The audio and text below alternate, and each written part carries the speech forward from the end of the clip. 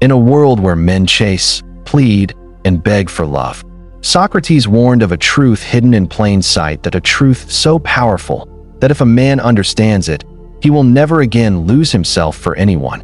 And perhaps this is the one insight women hope you never realize. Socrates once said, "The unexamined life is not worth living." But what he implied goes further. The unexamined relationship is the fastest way to lose your soul. Men fall in love with ideas, not with people. Men project. Men imagine. Men create the woman in their minds, and then suffer when the real one does not match the fantasy. Women do not fall in love this way. They watch. They select. They choose based on behavior, not dreams. She chooses the man who chooses himself. And that is the truth that changes everything. That a man who does not value himself will always be controlled. That a man who needs her attention will always be led. That a man who chases her approval will always be owned. Socrates warned that love becomes slavery when a man places another person at the center of his identity. The moment you need her more than you need your own mind, you are no longer a man. You are a servant. Ask yourself, do you chase her, or do you chase your purpose? Do you seek her validation, or your own mastery? Do you fear losing her more than you fear losing yourself? Because women can sense this. They do not say it out loud, but they know it instantly. That a man who fears her absence is powerless, but a man who can walk away holds all the power. This is not cruelty. This is balance. Socrates taught that true strength is not aggression or dominance. It is inner control, that self-possession. That a man who governs himself cannot be governed by others. Women are drawn to this, not to your muscles, not to your money, not to your looks, but to your center, the part of you that remains unmoved. When she tests you, she is not trying to destroy you. She is trying to find out, are you real? Are you grounded? Are you a man of your own making, or just another follower of desire? Because the world is full of men who will betray themselves to keep a woman close. Men who will silence their voice to win her approval. Men who forget their mission to avoid being alone. Socrates warned that loneliness is not the absence of people. It is the absence of yourself. That a man becomes lonely when he abandons his principles. Look around. How many men do you see who have lost their fire, their edge, their hunger? They gave it up for comfort, for emotional safety, for someone else to tell them they are enough. But that validation never lasts. She cannot give you what you refuse to develop in yourself. Women respect men who are becoming, men who are building, men who are walking a path. Your power is not in being desired. Your power is in being undistracted. Socrates said, "Let him who would move the world first move himself." So move yourself. Work on your mind until your thoughts are sharp. Work on your body until your presence is felt. Work on your purpose until your path is undeniable. And then you will no longer chase love. It will find you. It will follow you. It will want to be part of your world. Because the truth is simple. Women do not run from strong men. They run from men who pretend to be strong. Strength is not loud. Strength is not aggressive. Strength is not controlling. Strength is the quiet confidence of a man who knows, I can lose anything except myself. And that is the one truth women hope you never discover, that the moment you no longer need her is the moment she begins to need you. So walk, not behind her, not ahead of her, but beside your purpose, because the man who walks with purpose is never alone. They tell men that love is sacrifice, but Socrates would disagree. He would say that love, without wisdom, becomes self-destruction.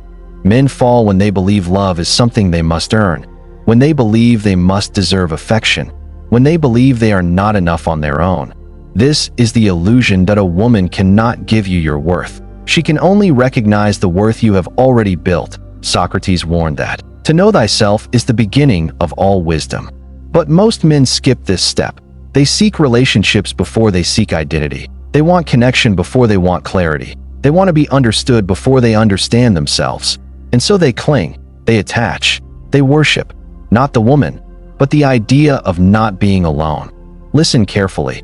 When your fear of loneliness is greater than your desire for purpose, you will love anyone, even the wrong person, just to avoid confronting yourself. This is why so many men suffer, not because women are cruel, But because men abandon themselves first, he stops going to the gym, he stops building his career, he stops pushing forward, he stops becoming the man he was meant to be, because he found someone to stay with him in place of his potential. Socrates would call this the greatest tragedy of a man's life.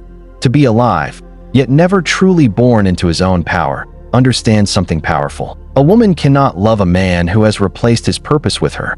She may enjoy the attention, she may enjoy the devotion, she may enjoy the worship, but she will not respect him, and without respect, love dies, slowly, quietly, until one day, the man wakes up and wonders, where did she go?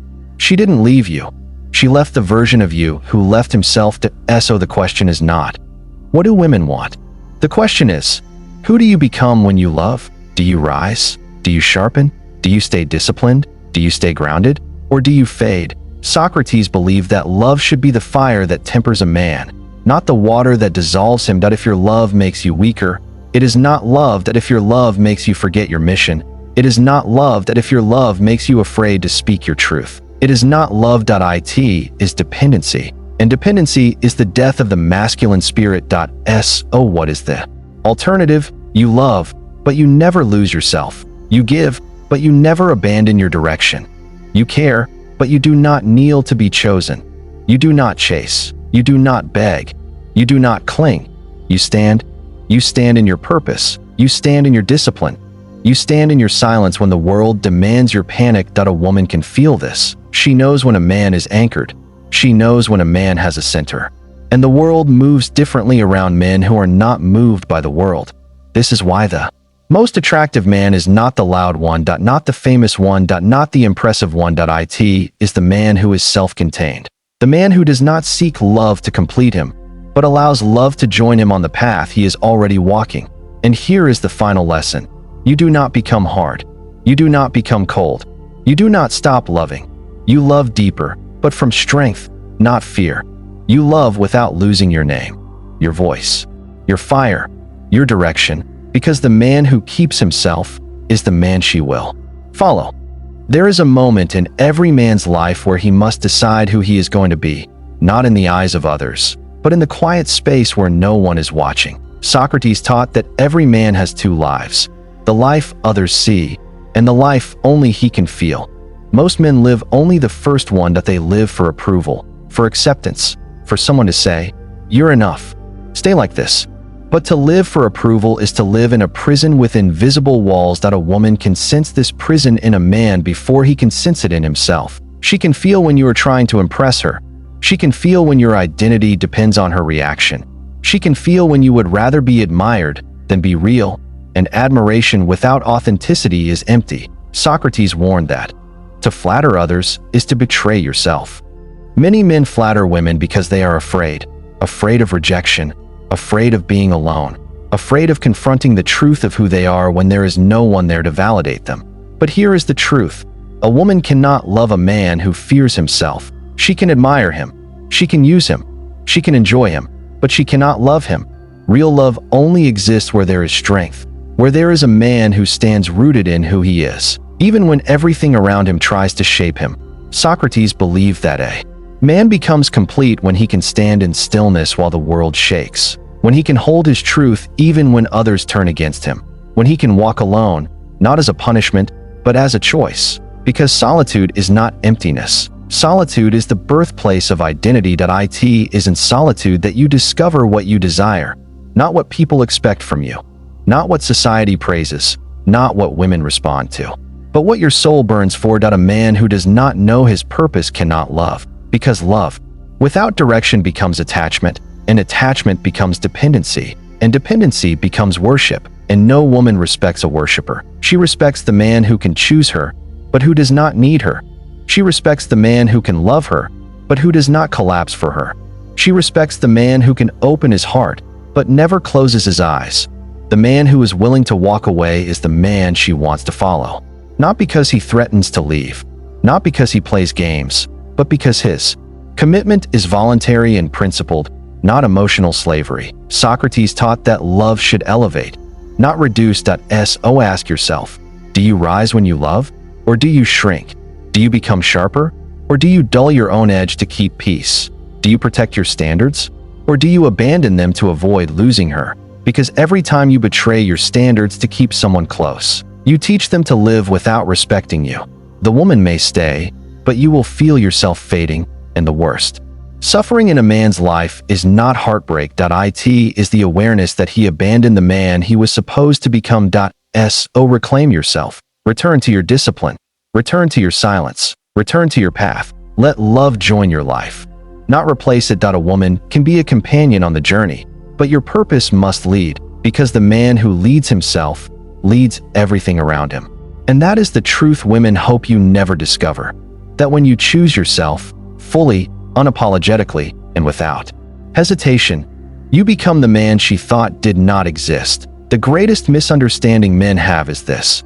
They think women fall in love with who they are, but in truth, women fall in love with who a man is becoming. Socrates said that a wise man is always in a state of becoming, never finished, never complete, because the moment a man believes he has arrived, he begins to decay. Most men stop evolving the moment they feel accepted, the moment they receive affection, the moment someone chooses them. And that is when they begin to lose themselves, because purpose is not a prize you earn once. It is a fire that must be fed daily. A man must remain a student of himself, not a student of her emotions, not a student of her approval, not a student of keeping the peace, but a student of his own becoming. Women do not want to teach you how to be a man. They want to witness you already becoming one. And when you place that responsibility onto her, when you ask her to tell you who to be, how to live, how to move, how to think, she cannot love you for it.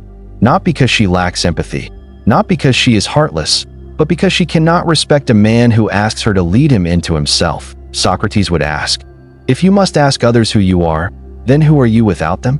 A man's identity cannot be borrowed. It cannot be given. It cannot be sustained by affection. It must be forged. Forged in self-discipline. Forged in silence. Forged in failure. Forged in solitude. Forged in the honest confrontation with your own weaknesses. Become the man you are meant to be. You must be willing to sit in silence long enough to hear the truth whisper inside you. Most men run from silence. They drown it with noise, games, distractions, entertainment, comfort, but silence is where identity forms. A man who fears silence fears himself. A man who fears being alone fears the truth of his own emptiness. A man who fears distance fears that without love, he has no value. This is why Socrates taught, the undisciplined mind is its own punishment. Your suffering does not come from love. It comes from self-abandonment. Because when you abandon your discipline to keep someone, you are slowly teaching yourself that your presence is not enough. And the woman will feel this. She will feel when your soul has dimmed, when your ambition has slowed, when your fire has weakened. Not because she wants to leave, but because she can no longer follow a man who is not leading himself. Understand this. A woman does not want to lead the relationship, not because she cannot, but because she should not have to. She wants to relax into love, not manage it. She wants to receive a man, not raise one. She wants to feel your direction, not invent it for you. And when she feels your strength returning, not dominance, not control, not force, but clarity. Clarity in your tone, clarity in your walk, clarity in your decisions, clarity in who you are. She remembers why she was drawn to you in the first place, not because of what you provided, but because of the weight of your presence. The presence that says, I choose you, but I do not need you. I stand with you, but I stand on my own. I love you, but I do not abandon myself for love. This is the man who cannot be replaced. This is the man who cannot be disrespected. This is the man who does not beg. This is the man who does not fear loss. The man who does not cling. Because the man who is willing to walk away is the same man a woman hopes will stay.